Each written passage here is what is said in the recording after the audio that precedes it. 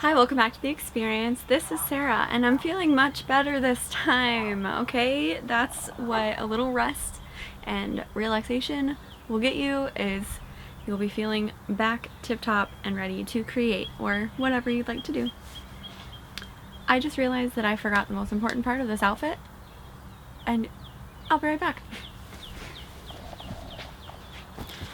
Okay, ready? I'm ready. I'm very excited about this. I know you guys have probably heard about it a lot, but it's just because I'm honestly very excited, so. Are we ready? So, today we are talking about taking cuttings from your plants, water propagation, and planting the cuttings into soil. I have a couple examples, and each are different plants because I have them all at the different stages, so I'm going to utilize that, and I'll show you and talk to you about those.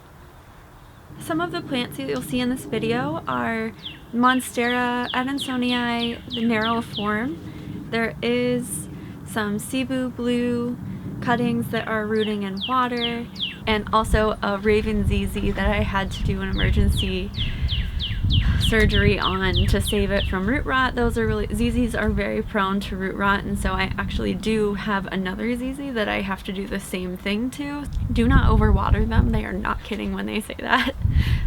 But so that's what you'll see here, and I hope that it's enjoyable and fun. Bye. And we are recording. Cute. If you're gonna make a cutting, you'll want to find the node, and that's where the leaf will grow from on the stem or the vine. And those hold all the necessary parts to grow roots, and from there can grow an entirely new plant. You'll want to cut about 1 inch on either side of the node. You'll trim the excess off. I would do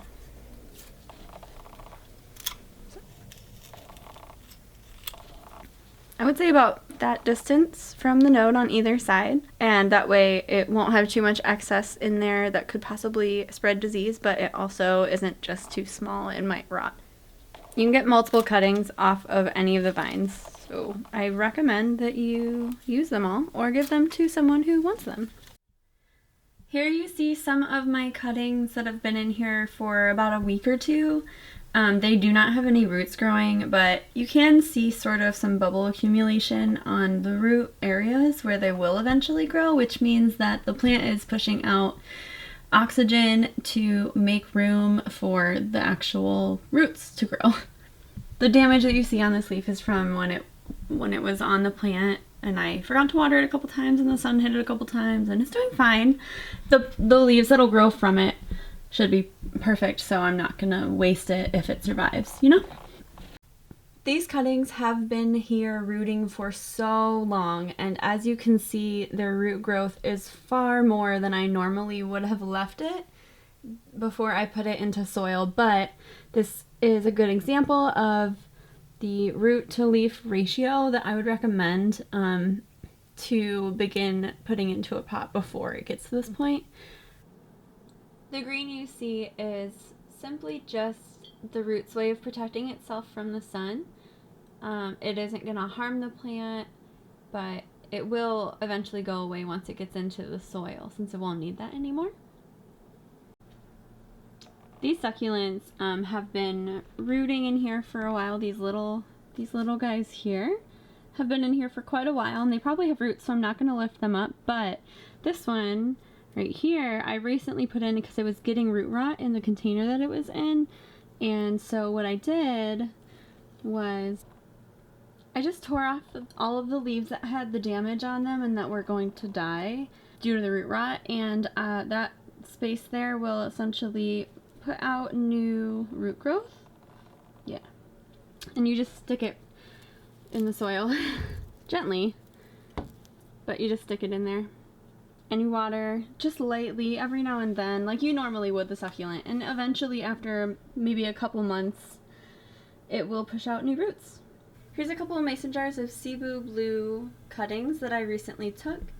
I noticed that the plant was getting really long and leggy due to being too far from the sun, and so I cut off all of the excess vines and am now rooting all of the leaves that were on it, including the nodes. That's important. Otherwise, it won't take root. If there's just a leaf and no node, it won't have the right biology to create more roots. So after a few weeks, I'll probably start seeing growth from these guys, and I will be putting them back into the pot to make the plant fuller, and hopefully it will continue growing really happily from there. So here's the cuttings, and here's the plant original, like it came from. So you can see it's kind of bare on top. It's been putting out new growth up there, which has been really exciting. I just wanted to talk about my Hoya bloom. This is the second one this season. I'm very excited about this thing. It's so happy, I think, and I'm very excited for the flower to open. It's going to be really pretty. I'll let you guys know when that happens. I'll show you. This alocasia Frydek dropped all of its leaves this year, which is understandable because the humidity in this room is not the best, and it was kind of a constant fight to keep it at a good humidity level for these guys. Up here you can see the regal shield, the one leaf that survived.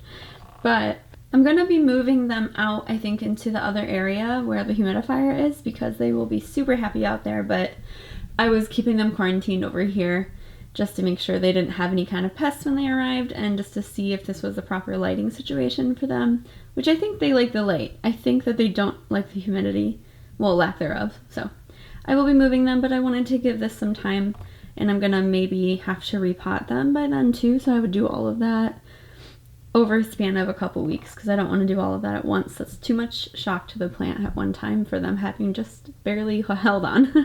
I did lose 2 alocasia in this room over the winter, so rip to them, but I'll get them again someday once I have a better handle and a bigger size. So that's all.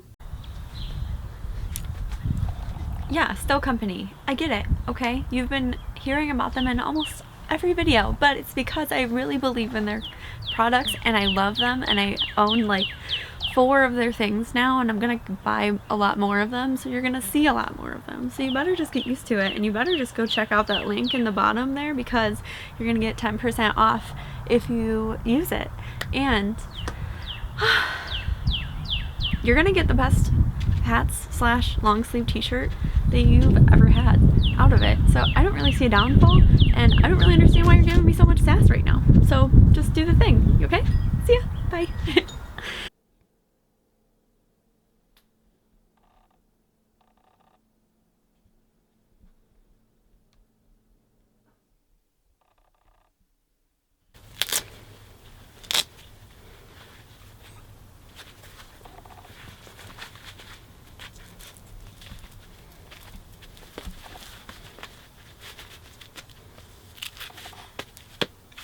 I use rocks for drainage in the bottom of the pot and also to stop the soil from falling out the bottom drainage hole. And then I'll fill the soil in halfway, and I'll put the plant in, and then I will hold the plant while I fill in the soil the rest of the way. For my soil, I'm using a African violet blend and some charcoal to purify the water.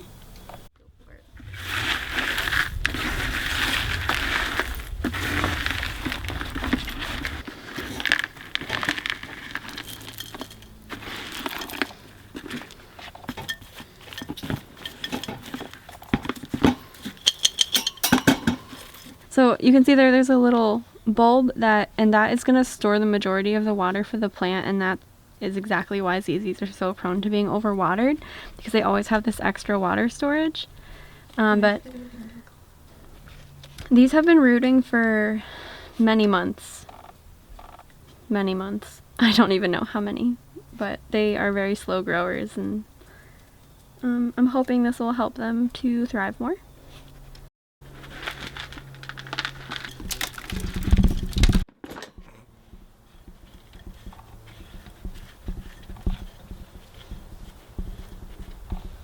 Next I'm going to just water it, and the soil level will go down as the air bubbles get filled in with the water in the soil, and then I'm going to add a little bit more soil on top until it's a nice level. That's about the level I would want it to be, but after it's been watered down a little bit,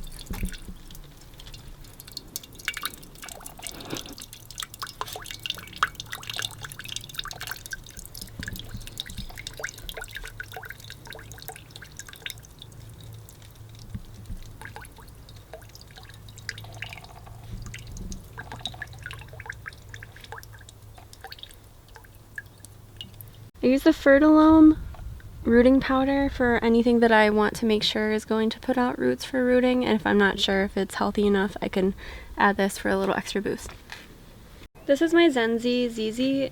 I believe that it got root rot, and that's really common, so I'm gonna cut it and root it like I did the Raven ZZ, and hopefully it will come out the same way. So as you can see, the soil is extremely dry, but this is what it looks, just like deflated balloons in a way, and that's what root rot roots looks like. Some of them are salvageable, some of them are probably not, so I'm just going to gently break this apart to see what I can do here.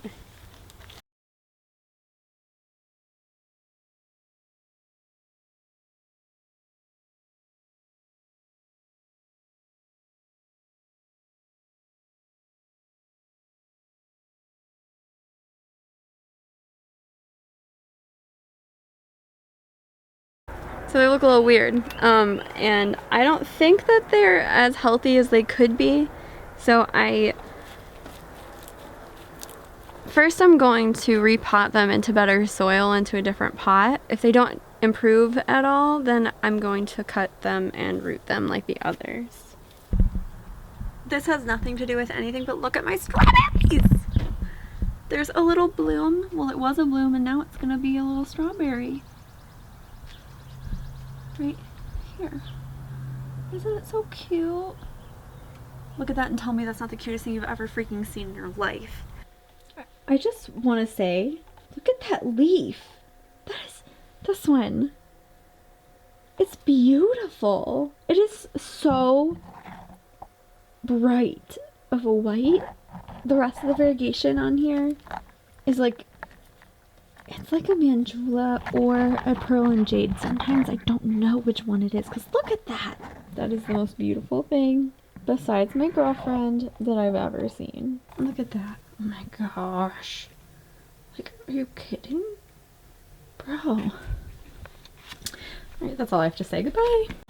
I hope you enjoyed watching, and I hope that this was informational and helpful for you.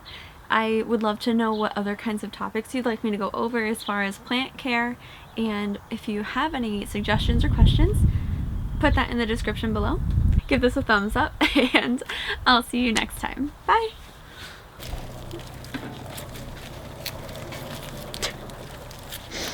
Alright.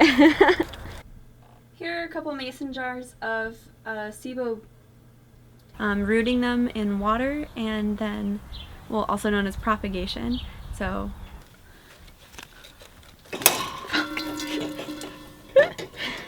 chaos, you know, it doesn't even stop for the plant videos. Okay, and rooting them into soil after you've put roots out in the water. I might take that all over again. Ooh, okay.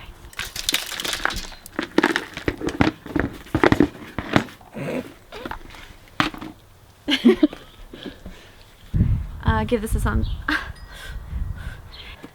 Am I in the shot?